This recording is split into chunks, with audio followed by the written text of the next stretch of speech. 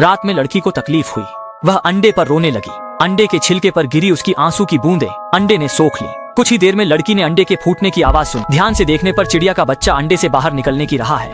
अचानक एक तेज पंजा झिल्ली को फाड़ता बाहर आया। इतना डरावना दृश्य देखकर लड़की अलमारी में छुप गई, लेकिन उसकी जिज्ञासा इतनी थी वह खुद को रोक नहीं पाई और दरवाजे की दरार से झांकने लगी। लड़की चुपचाप चिड़िया को देखती रही। चिड़िया के पंख अभी पूरी तरह से नहीं निकले थे और उसका विशाल शरीर लोगों को खास तौर पर डरावना एहसास देता था। थोड़ी देर बाद बाहर कांच टूटने की आवाज सुनाई दी।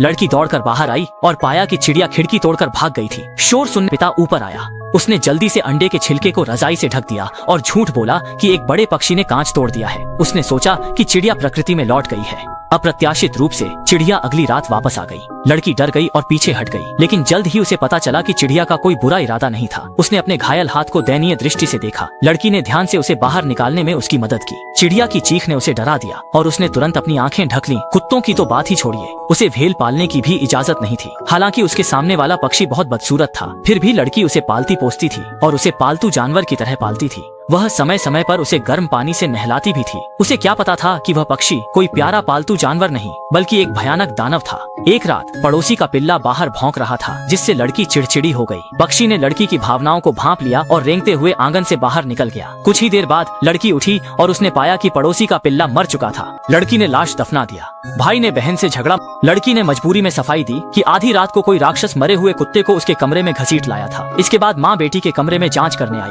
लड़की डर के मारे कांप रही थी। उसे डर था कि कहीं उसकी छुपकर पाले गए अजीब पक्षी का राज खुल न जाए। लेकिन जैसे ही माँ ने अलमारी खोली और देखा, वह सामने के दृश्य से बुरी तरह डर गई। मेरे प्यारे बच्चे, इस चैनल को ऐसे इग्नोर मत करो।